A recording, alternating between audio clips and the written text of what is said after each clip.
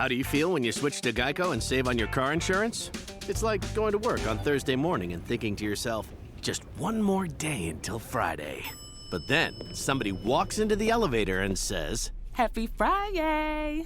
Then you check your phone quickly and discover today is actually Friday. So yes, happy Friday, random stranger in the elevator. Happy Friday indeed. Yep, switching and saving with Geico feels just like that. Get more with Geico. Welcome to #Gen Z. I'm your host, Megan Grace.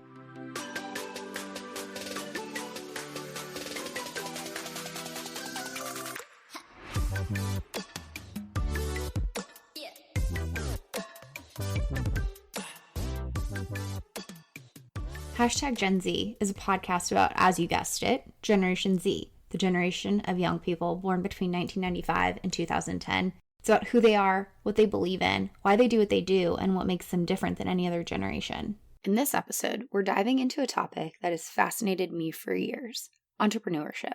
While at the University of Arizona, I was able to teach a course on social entrepreneurship and how leaders can create positive change through business. Since then, I've remained intrigued by the bold individuals who start their own businesses and chart their own course. But starting a business is not just reserved for those of older generations. Entrepreneurship has a broad appeal for those in Generation Z. In fact, the Northeastern Innovation Imperative study found that 42% of members of Generation Z want to work for themselves. Another study by the marketing firm Millennial Branding found that 64% of members of Generation Z have aspirations of wanting to start their own business. With nearly half desiring to be their own boss and 2/3 wanting to make a leap into starting their own business, entrepreneurship is on the brains of many Generation Z young people. But where is this surge of entrepreneurial spirit coming from? Well, for starters, they've seen millennials come before them create businesses that have shaken up industries. They see people like Mark Zuckerberg create Facebook, Evan Spiegel and Bobby Murphy create Snapchat, or Michelle Phan take her YouTube presence and turn it into a successful beauty brand, Ipsy. Entrepreneurship, while it has its risks, also has some very alluring benefits: flexible hours, being your own boss, and setting your pace for your professional success. Until recently, training for entrepreneurs was likely reserved for students enrolled in the business school, but for many in Generation Z, they desire creating a business out of their passion, which they might pursue outside their academic studies. Or they might not attend college at all, but still aspire towards engaging in entrepreneurship. So how will Generation Z go about getting the training, information, resources, and support they need to start their own business? My guest in this episode commits her life to doing just that. Haley Hoffman Smith is the author of the book Her Big Idea, which is about inspiring creativity, ideation, and women's empowerment. Her Big Idea debuted as a top 3 bestseller in women in business. Haley is a recent Phi Beta Kappa graduate of Brown University, where she wrote her honors thesis on how women develop their sense of self-agency and entrepreneurship and venture capital. During her time at Brown, she was president of Women's Entrepreneurship and started the first ever Women's Entrepreneurship Incubator. She's also the co-founder of the Her Big Idea Fund, which is a partnership with Brown's Nelson Center for Entrepreneurship to award grants to women who apply with big ideas. Haley's start in entrepreneurship began at age 18 when she founded an international nonprofit for girls' literacy and empowerment. Since then, she's committed her personal and professional life to helping entrepreneurs grow. She currently serves as the Director of Community for Next Gen Summit, a premier entrepreneurship community with over 2,500 members. Haley's not only an entrepreneur herself, but has a passion for supporting and empowering her peers as they aspire towards their entrepreneurial goals. She's such great insight, and I'm so excited to share her story. Welcome to the Hire Her podcast, where women in talent call all the shots. We know, another recruiting podcast, just what the industry needs. Okay, but hear us out. You ever spend hours sourcing that perfect candidate, but they end up ghosting you harder than your hinge date? Or finally, you get that hiring manager feedback, only for them to, of course, say, "Can we see more candidates?" Lame, right? But let's talk about what's really lame in the industry. How is it that 65% of recruiters are brilliant women, yet most of the decision makers look like a convention for middle-aged dudes named Brad? That's where we come in. Hire Her isn't just another podcast about hiring trends you already heard like 50 times this week. We're here to elevate women in talent, share their career journeys, and make sure they take the lead. Because let's face it, if recruiting is the backbone of every company, why are we still fighting for a seat at the table? So whether you're a recruiter, a talent leader, or just someone trying to swim through the sausage fest of TA leadership, we got you, girl. Welcome to Hire Her, the recruiting podcast where women's voices aren't just heard, but they're leading the conversation. So subscribe now, because middle management Brad sure as hell isn't going to do it for you. I'm so excited to welcome my guest today, Haley Hoffman Smith. We were connected through friends of friends, and we've kind of been joking as we've been chatting. The universe has worked in mysterious ways in bringing us together, and we've really jammed out since our first conversation. So I'm excited to welcome Haley onto the podcast today and have her share about her experiences with entrepreneurship. This is something I've been interested in since I started kind of working with this with students when I was working on a campus, but Haley's got such an incredible story. So I'm actually going to turn it over to her and have her, Haley, tell a little bit about yourself, your experiences so far in life, and what you're doing. Yeah, of course. Well, first of all, thank you so much for having me on. It's true that the universe brought us together. I love all of our synergy. Yeah, so a bit about me. I just graduated from Brown in May. And at Brown, I studied gender studies and entrepreneurship, really like the nexus of these two. So my area of passion is women's entrepreneurship. At Brown, I started the first ever women's entrepreneurship incubator. So I helped women on campus bring their ideas from concept to reality. And now my full-time job is working as the director of community for Next Gen Summit. So I'm helping entrepreneurs all the time. We're a community of over 2,500 entrepreneurs now. So we plan events, webinars. We try to find ways to give them resources and just make sure we're offering all that we can to help them with their companies. I also just published my second book. It's called Her Big Idea. It came out on June 11th, so just coming up on the 2-week mark of when it first came out. And it's about women in ideation and coming up with your big idea. And I launched that book in conjunction with a fund called the Her Big Idea Fund in partnership with Brown University's Nelson Center for Entrepreneurship. So the idea is that a woman can apply to the fund and receive grant money to bring her big ideas to life to mitigate risk-taking. And half of the proceeds from the book go to the fund. That's incredible. I feel like every time I record a podcast episode, I'm like, wow, I was such a joke at 18, 20, 21, 22. It's incredible, all the awesome things that you're doing. And I'm really excited to chat more about kind of your story and experience with, I don't want to say falling into entrepreneurship, but finding entrepreneurship, because in my experience interacting with entrepreneurs, I'm not one myself, but it's not necessarily something I don't think anyone plans to do. So when did you first start to think, maybe entrepreneurship's a thing for me? And what was kind of your pathway to finding this? Because you're definitely passionate about it. And I'm always interested to hear more about what has helped people find their passion. Oh, I love that question. So for me, it was my freshman year of college. And I became obsessed with this idea for a nonprofit, which went on to be Lit Without Limits, standing for Literature Without Limits. But I really was obsessed with this idea of donating books to girls internationally. And my mom urged me to press further with that. And she was like, well, what else are you going to do? And so I added a curriculum that I wrote to go along with the books. We were donating I Am Malala.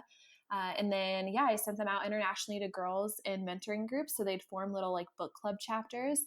And when I started this, I had no idea that I was an entrepreneur.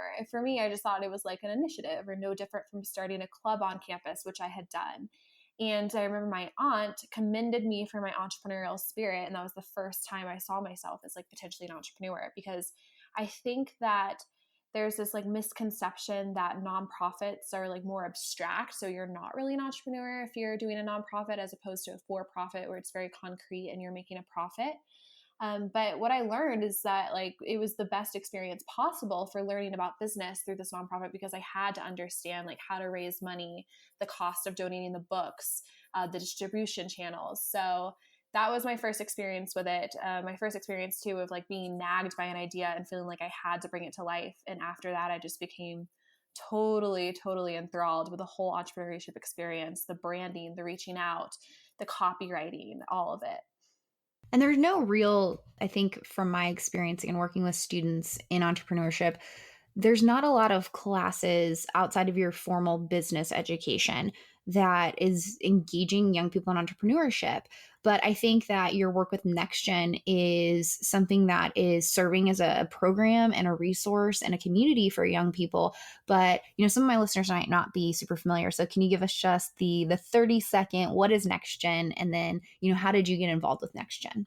Sure. So Next Gen Summit is an online community of, as I said, over 2,500 entrepreneurs. But what's special about it is that typically we're like in the millennial age range, but we have everyone from high school up into like 45 years old, very established in their careers. And we talk on the online Facebook community, offering each other resources, opportunities, asking for help, just really driving networking. But we also bring it offline. So we have our big flagship event once a year in June. We just had it in New York City, the Next Gen Summit. And then we also have smaller events, like we had one in LA and at Harvard this past year. So it's all about trying to mobilize entrepreneurs really all over the globe and bring them together and provide all the resources that we can for them. And I first became involved in Next Gen when I was a junior in college. And I met with someone who was interested in coming to Brown. And so it's really funny how the conversation even got there and how serendipitous it was. But I was telling her about my own entrepreneurial experiences, and she was an entrepreneur too. And she said, "Oh, have you heard of this thing called Next Gen?"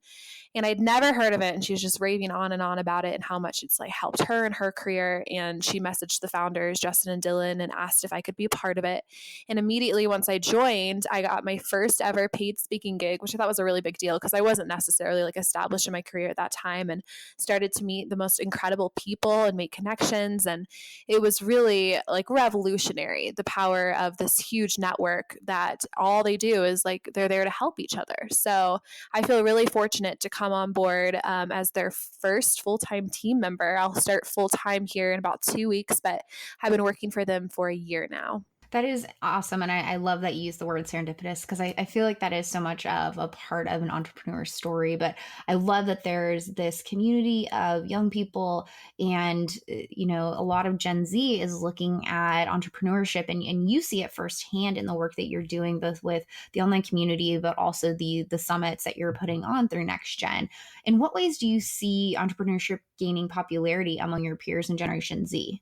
I think entrepreneurship right now, it almost has, and maybe I'll get some flack for this, but I think it's such a buzzword right now. Like it has this connotation now of like anybody is calling themselves an entrepreneur, like so much so that I don't even like calling myself one, just because I don't really have a company right now. Like, yeah, I work for a startup and I have a book and a fund, but I think people are seeing that entrepreneurship in general, it's like about creating anything that you want. I see that I like to use the term innovators instead. So what are you innovating? Whether you're a thought leader, you're starting a book, you're starting a podcast like you are, Megan, how are you contributing your ideas and your innovations to the world? But the reason that I think entrepreneurship in general is gaining popularity is because it's so glamorized right now. But the part of it that I've noticed is that, especially in like communities like Next Gen, everyone's very authentic about the challenges that come with entrepreneurship, because it is no walk in the park. It is really difficult, and startups fail all the time. Like 90% of startups fail. So I think encouraging more people to be innovators first and to try something and put it out there before they're starting full-fledged companies is a really good idea.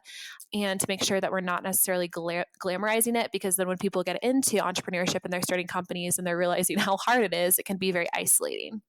Absolutely. And I think that it's awesome you use, this idea of innovation and dreaming the big dream. And we're going to get to the big idea a little bit later. But in some ways, I'm seeing from an external perspective. So I'd love your viewpoint on it, that there are a lot of young people today that want to change the world and they want to do it through business. Are you seeing that a lot of the people that you're interacting with, especially at the collegiate level or even younger, are engaging in these business pursuits with a socially focused motivation and mission behind it?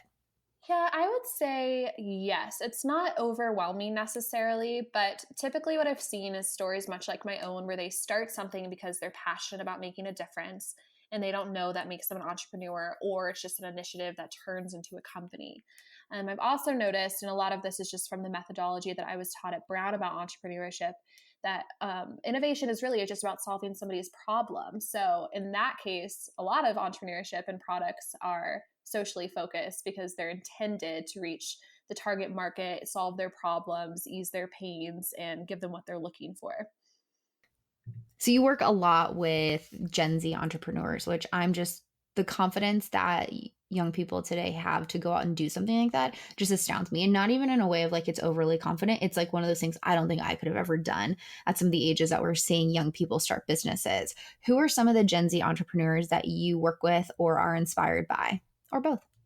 Yeah. So just as I was seeing the story of how I first heard about NextGen, the girl who told me about NextGen, when she was 15 years old, her name's Noah Mintz. She started a company called Nannies by Noah that has profited millions and millions of dollars when she was 15 years old, mind you. So she was on like the Steve Harvey show, like NBC, the Today Show, like gained so much press for it. Obviously, it's just a remarkable story. And that's really what blows me away. Like she didn't know much about business, but she just went for it because she had an idea, and that's always inspiring. Additionally, in my incubator at Brown, I was really inspired by the women who joined the incubator. Some of them had companies that were further along than others. Like really the intention of the incubator was to help them get their companies off the ground, but some came just to learn. So there's a girl named Joyce Sunday who goes to Brown, and she started a healthy food snack company with Ethiopian grains called Che.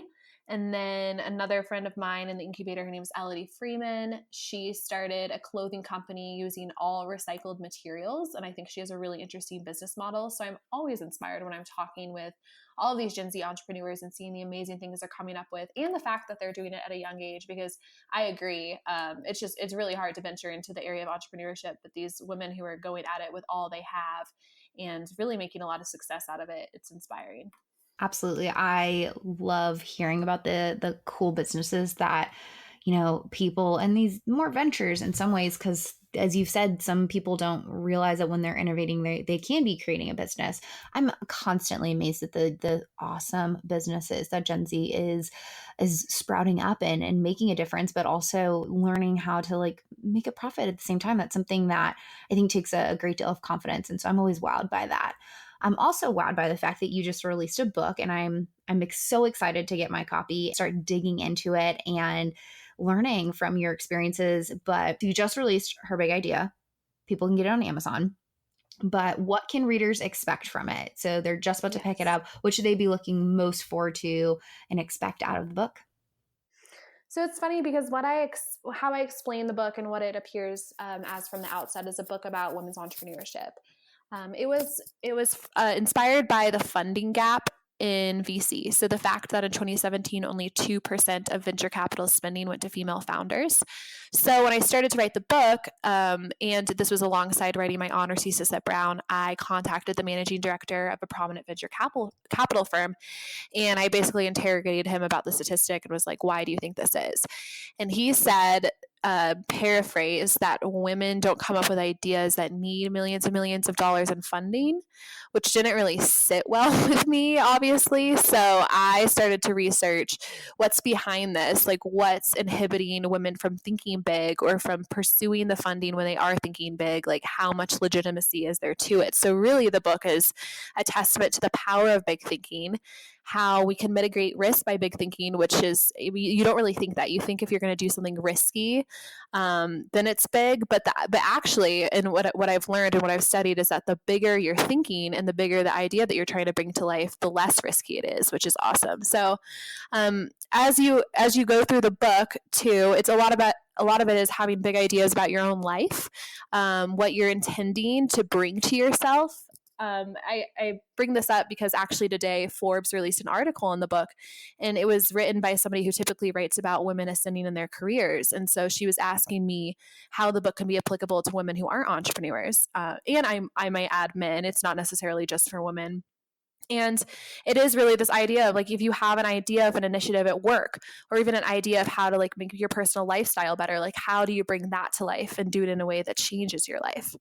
Well, I feel, again, I'm excited to read it and have you sign it when I see you next. But it's going to be, I'm excited to get that like dose of inspiration, because I think there's even days that, you wake up and you don't feel like an entrepreneur, but in days I have to do my own business and my own affairs. And sometimes, not a kick in the butt, but like a little bit of a nudge and a nod to like, you can do this, go out there and do it. So I love that there's also this element of, pumping people up and encouraging them to do the things that they aspire to and dreaming that big dream. And I think that is incredible that you are providing that for other people, but also at the same time providing an avenue for people through your fund at Brown to be able to pursue that dream and make that an actual thing. Because I think a lot of people get really excited about these ideas, but they just let it become an idea. Right. I see that I've always had friends that are like, how did you write a book? And, how did you make that happen? And I said, sometimes you just have to be a little crazy enough to think that your dream can be reality and just go get it. So I love that you're helping provide that inspiration to other people, and being a light to other people, I think, is incredible. I think that more people, especially members of Generation Z, are going to see examples of that and engage in entrepreneurship. But what do you think are some of the potential barriers they might face? And how do you think older generations can help them along their journey in entrepreneurship? Sure. So I think like what I was saying earlier along the lines of entrepreneurship so glamorized, and then you get into it and it's just like so much harder than you anticipated, that can really discourage people. But I would also say that because so many of them are starting out young and they don't have the formal business education, like I don't think you necessarily need it, but a lot of it is things you're going to have to learn along the way. Like there's a really steep learning curve at first. There's no way you're going to need to know everything. And even if you do feel equipped and that you do know everything and you've been studying it for however long, you're always going to come up with some aspect of business that you don't fully understand. So the older generations can help them, and I think we can all help each other. It doesn't necessarily have to be the older helping the younger. Just sharing experiences and being there to help. What we see in Next Gen is that people will post and they'll say like, I don't know how to do this. And all these people will jump to help them. And we have that sense of camaraderie, kind of like that quid pro quo between one another, where we're all helping each other regardless. And given the diversity of our experiences and backgrounds and industries, it makes the layers of our ability to help each other that much richer. So my next question and my last question, it's something that I like to ask each one of my guests. What is your favorite thing about Generation Z? I love this question. My favorite thing about Generation Z is that they're not following the status quo. They want to do things differently. They want to inject entrepreneurialism into anything that they do. Even if it's, they're working a corporate job, they want to make their own hours, and they want to wear what they want to work, and they want to start initiatives at work that kind of move the needle on what the corporate life really looks like. It's really exciting to see that we have this new age of people who want to do things differently and push against old norms that are sometimes antiquated, but just maybe don't work for them. I think the assumption that millennials and Gen Z are lazy is absolutely not true. I've never seen so many young people doing so much. I really think it blows people away. I'm told all the time, and a lot of my friends are told all the time, like, I can't believe how young you are when you're doing what you're doing. And how can that be if at the same time everybody's saying that our generation is lazy? I don't see it. And I think we're all motivating each other. I'm right there with you. I'm always just like, I feel like I'm doing a lot of stuff, but then I look at Gen Z and I'm like, they're doing more. And I'm like, I'm always amazed by that. And at such young ages, I think that you're spot on. If anyone were ever to be like, oh, millennials and Gen Z are lazy, I'm like, no, they just do their productivity at different hours and different ways and in different avenues. So I'm right there with you. Yeah. I definitely agree. And it's good to have conversations like these and to talk about demystifying those stereotypes and empowering more people, because something that you don't consider is that when you are growing up in a generation and other people are constantly calling you like self-entitled and lazy, on one side of it, you can seek to prove them wrong, but on the other side, you start to believe it about yourself once you're told something about a group that you belong to. So I really think empowering the next generation and talking about these things is key. Absolutely. And I think that you bring up a good point of, after a while, you start to believe it in yourself. And there's a lot of negativity about, different generations. And I always say that it's exactly that, is generations exist in different ways because we learned the world at different times and different perspectives, and that's totally okay. Like, difference is good and we need that. I think that you're spot on in this idea of like, how do we empower each other is a huge question. I don't even think I have it fully figured out in some ways. I think that you brought up this really important aspect of learning from one another across generations, providing mentorship across generations, but also there's so many ways that Generation Z can be teaching older generations as much as older generations can be providing life experience, guidance, and mentoring to younger generations. So I think it's this idea of like, what can we learn from one another? What are each of those generations really good at? And how do we harness that to the best that we can in those settings? I love that. perfect words in conclusion. Well, thank you. Well, Haley, thank you so much for taking the time to chat and hang out with me today. As usual, it's been so wonderful to connect with you and hear more about your experiences and your story. So I appreciate you sharing today. Oh my gosh, thank you so much for having me on. And yeah, I love talking about these things, and especially with you because I know you get it. So yeah, really excited to be on your podcast and to support you. You can't see me, but I'm blushing right now. A young person said, I get it. But no, thank you so much.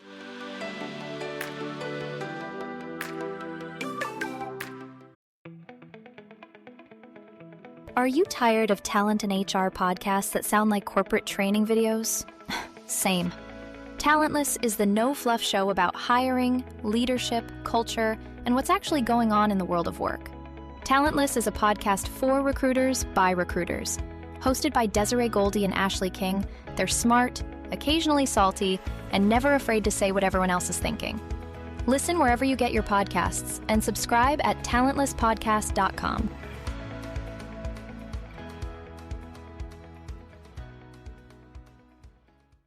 It was fascinating to hear from Haley and learn about her experiences working in entrepreneurship and supporting fellow entrepreneurs. Her insights on innovation and inspiring big ideas definitely re-energized me and made me think about how I can support and help the Gen Z entrepreneurs and innovators I know. I want to thank Haley again for spending some time chatting with me and the work that she does. And a thank you to you for tuning into this episode. If you enjoyed it, please rate, review, and subscribe on your preferred podcast listening platform. And if you have an idea for a podcast episode or a guest I need to chat with, head over to my website, meganmgrace.com, and send me a note. I appreciate all of your feedback, words of encouragement, and suggestions, so please keep them coming. Thanks again for hanging out. Let's continue this conversation, and we'll chat soon.